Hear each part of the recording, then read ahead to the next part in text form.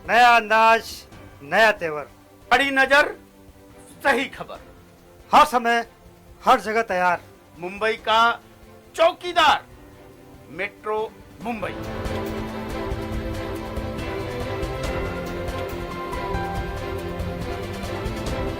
नमस्कार, आप देख रहे हैं मेट्रो मुंबई और मेट्रो मॉर्निंग की स्पेशल शो में मैं तृप्ति सिंह आपका स्वागत करती हूँ। तो आइए नजर डालेंगे आज होने वाली मुंबई की हलचल पर। तो आपको बता दें कि रूस और यूक्रेन के बीच जो युद्ध चल रहा है उसमें आज एक और भारतीय छात्रों को गोली लग गई, जिसके बाद अब भारतीयों को लाने का जो मिशन है वो और भी तेज कर दिया गया है और 2 दिन के अंदर 7,000 जो नागरिक है वो भारत लौटेंगे, यानी यहाँ वतन वापस लौटेंगे। लगातार ये जो ऑपरेशन गंगा है उसे तेज कर दिया गया है, क्योंकि एक तरफ जहाँ विरोधी जो पक्ष है जो लगातार सवाल उठा रही है कि आखिर मोदी सरकार क्यों कुछ नहीं कर रही है, क्योंकि देरी हो रही है। 9वां दिन हो चुका है युद्ध का, एक भारतीय छात्र की मौत पहले ही हो चुकी है, जिन 21 साल के जो नवीन है उनकी मौत हो चुकी है। और आज एक बार फिर जो ये केंद्रीय मंत्री जनरल वीके सिंह उन्होंने ये खबर दी थी कि कुछ ही देर पहले एक भारतीय छात्र को जो कीव से आ रहे थे उन्हें गोली लगी है और उन्हें अस्पताल में भर्ती कराया गया है, जिसके बाद अब इस मिशन को और भी तेज कर दिया गया है और 2 दिनों के अंदर 7,000 नागरिक भारत लौटेंगे। इसके बाद मुंबई में आज एक बार फिर 11 बजे से अधिवेशन पेश होने वाला है, यानी बजट सत्र महाराष्ट्र विधानसभा का अधिवेशन एक बार फिर से शुरू होगा। 11 बजे से, कल 11 बजे से स्थगित कर दिया गया था और इसे स्थगित करने का कारण क्या था? राज्यपाल जो अभिभाषण बीच में छोड़ चले गए थे। राष्ट्रगान के बाद जब राज्यपाल ने अभिभाषण देने की शुरुआत की, तब जो विरोधी पक्ष थे उन्होंने लगातार नारे लगाए छत्रपति शिवाजी महाराज की जय, और उनकी एक तरफ से बेइज्जती की, क्योंकि राज्यपाल ने कुछ दिनों पहले बयान दिया था, एक गुरुजी को लेकर बयान दिया था जो छत्रपति शिवाजी महाराज के समय पर थे भी नहीं।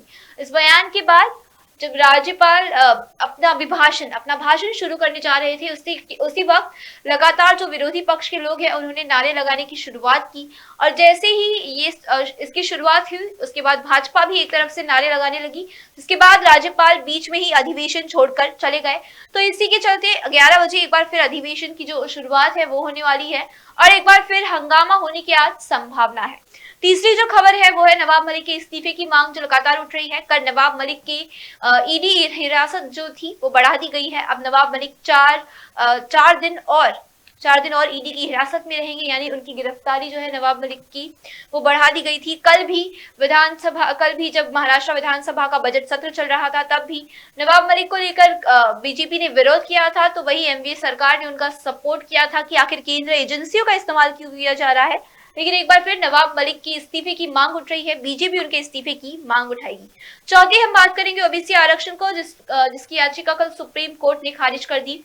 27% याचिका को लेकर स्टेट बैकवर्ड कमीशन लगातार मांग कर रहा था, लेकिन उस याचिका को सुप्रीम कोर्ट ने खारिज कर दी, जिसके बाद उसके भी चलते हंगामा होने की संभावना है। लगातार जो एमपी सरकार के नेता है, जो मराठा नेता है, वो कह रहे हैं कि हम इसके खिलाफ भी एक और याचिका दायर करेंगे, लेकिन सुप्रीम कोर्ट ने साफ साफ ये याचिका ओबीसी आरक्षण को लेकर खारिज कर दी है। इसके बाद हम बात करेंगे 12वीं की परीक्षा को लेकर। आज से महाराष्ट्र राज्य में 12वीं की परीक्षाएं शुरू हो रही है। जो भी छात्र है आज से ऑफलाइन, कह सकते हैं 2 साल बाद ये जो सत्र है 2020 में, जहां कुछ छात्रों के ऑफलाइन एग्जाम्स बीच में ही आधे रोक दिए गए थे, कुछ एग्जाम्स हुए थे, फिर उसके बाद क्लासेस, एग्जाम, सारी परीक्षाएं जो थी वो ऑनलाइन हुई थी, लेकिन अब आज से 12वीं छात्रों की ऑफलाइन एग्जाम्स की तैयारी शुरू हो गई है। मुंबई अनलॉक हो चुका है और एक बार फिर मुंबई दौड़ने लगी है। इसके बाद कच्चे तेल की कीमत, जहां हमने कल आपको खबर दी थी कि कच्चे तेल की जो दाम है वो $110 प्रति बैरल तक है,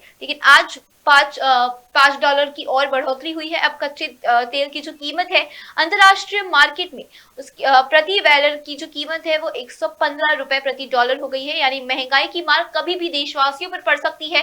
पेट्रोल डीजल के दाम कभी भी मुंबई में बढ़ सकते हैं, भारत में बढ़ सकते हैं, और एक साथ संभावना जताई जा रही है कि $7 तक के इनके दामों में बढ़ोतरी हो सकती है। तो ये थी मुंबई में होने वाली कुछ हलचल और कुछ बड़ी खबरें। इसके बाद हम आपको बताएंगे मिजाज अखबारों की। ये हमारा स्पेशल शो में एक 5 मिनट का खास बुलेटिन है जहां पर मैं आपको बताऊंगी कि कौन से अखबारों की आज प्रमुख हेडलाइंस क्या रही। तो आइए शुरुआत करते हैं। बात करते हैं नवभारत टाइम्स की। नवभारत टाइम्स ने, जैसा कि मैंने आपको पहले ही बताया था, कि एयरलिफ्ट के जरिए 2 दिनों के अंदर 7,000 भारतीय जो है 7,000 जो नागरिक यूक्रेन में फंसे हैं उन्हें भारत वापस लाया जाएगा। ये थी नवभारत की प्रमुख हेडलाइन। और दूसरी हेडलाइन की बात करें तो हंगामे की बात की थी। जो राज्यपाल अपने अधिवेशन सत्र में बीच में ही छोड़कर चले गए थे, उन्हीं की बात कही गई कि कैसे वो सिर्फ 22 सेकंड बोल पाए और उसके बाद इतना हंगामा मचा कि उन्हें बीच में ही छोड़कर जाना पड़ा। और उसके बाद एनसीपी विधायक संजय दौड़ ने सिर के बल खड़े होकर उनका विरोध भी किया है। ये सबसे प्रमुख बातें रही, ये सबसे प्रमुख हेडलाइन थी। इसके बाद हम अगर संपादक की बात करें तो संपादक में खास तौर पर भारत का एक तरफ से विरोध किया गया है, क्योंकि यूएनएससी में तीसरे दौर की वोटिंग में भारत ने अपना वोट जो है वो फिर एब्सकॉन्ड कर दिया, यानी भारत ने किसी को भी वोट नहीं दिया। न ही भारत ने रूस का साथ दिया, न ही यूक्रेन का। तो संपादक में साफ साफ नवभारत टाइम्स के यही कहा गया है कि आखिर भारत क्यों अपना एक स्टैंड नहीं ले रहा है, आखिर भारत खुलेआम किसी का साथ क्यों नहीं दे रहा है। ना ही वो रूस का साथ दे रहा है खुलेआम, नहीं यूक्रेन का। कहीं ना कहीं यूक्रेन की हम मदद तो कर रहे हैं, लेकिन फिर भी जो सरकार है, जो भारत सरकार है, वो यूएनएससी में किसी के भी खिलाफ वोट नहीं डाल रही है। इसी के चलते नवभारत टाइम्स की संपादक रही। इसके बाद हम बात करेंगे लोकसत्ता की। लोकसत्ता की प्रमुख हेडलाइन राज्यपाल पर रही। जो अधिवेशन का जो सत्र है वो उसे बीच में छोड़कर चले गए थे और उसे स्थगित कर दिया गया था, और आज सुबह 11 बजे से वो फिर से शुरू होगा। अब देखना होगा आज क्या होता है। इसके बाद अगर लोकसत्ता की दूसरे हेडलाइन की बात करें तो वो थी ओबीसी आरक्षण को लेकर। जो स्टेट बैकवर्ड कमीशन ने 27% ओबीसी आरक्षण की मांग की है, उसे सुप्रीम कोर्ट ने खारिज कर दिया। लेकिन इसके बाद क्या होता है ये देखने वाली बात होगी।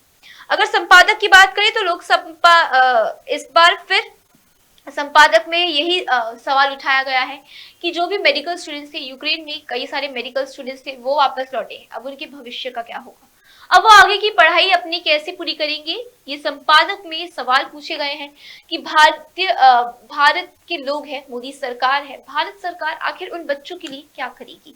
तीसरी की अगर हम टाइम्स ऑफ इंडिया की बात करें तो फिर एक बार यही सवाल इंडिया के वोट को लेकर सवाल उठाया गया है। यूएनएससी में वोट को लेकर सवाल उठाया गया कि आखिर भारत अपना स्टैंड क्यों नहीं लेते हैं। दूसरी बात मुंबई की बात की गई है टाइम्स ऑफ इंडिया में, जहां राज्यपाल ने बीच में ही अपना भाषण छोड़कर वो हंगामे की वजह से चले गए। तीसरी अगर हम बात करें तो तीसरी प्रमुख हेडलाइन सुप्रीम कोर्ट के आरक्षण को लेकर रही, और वही संपादक में एक बार फिर भारत के स्टैंड पर सवाल उठाया गया है कि भारत आखिर अपना प्रस्ताव, आखिर वो किसका साथ देना चाहती है, वो आगे क्यों नहीं रख रही है। इसके बाद अगर हम सामना की बात करें, जो कि शिवसेना का मुख्य पत्र है, तो मैं सामना के संपादक से ही शुरू करना चाहूंगी, जहां मैंने आपको कुछ ही देर पहले हर न्यूज़पेपर के संपादकों की बात बताई तो उन्होंने रशिया और यूक्रेन पर लिखा था, लेकिन सामना के संपादक ने कोरोना प्रतिबंधों पर लिखा है कि कोरोना प्रतिबंध से कैसे लोगों को निजात मिला है, कोरोना प्रतिबंध कैसे कोरोना कंट्रोल में आया है, कोरोना पर कैसे जल्द ही महाराष्ट्र सरकार ने काबू पा लिया गया। और इसकी प्रमुख हेडलाइन सिर्फ एक, भागे कोश्यारी, यही रही प्रमुख हेडलाइन। जो फ्रंट पेज में सामना में छापा गया था वो यही रही कि कोश्यारी कैसे भाग गए, और कहीं ना कहीं उन्हें भाजपाल भी बताया जा रहा है, राज्यपाल की जगह भाजपाल बताया जा रहा है, जहां ये कहा जा रहा है कि बीजेपी सरकार के पीछे वो दौड़ते हैं, बीजेपी सरकार की माला जपते हैं। और वही ये थी मिजाज अखबारों की, यानी कौन से अखबारों की कौन सी प्रमुख हेडलाइंस रही ये मैंने आपको बताई। इसके बाद आपको एक मूवी अपडेट में देना चाहूंगी।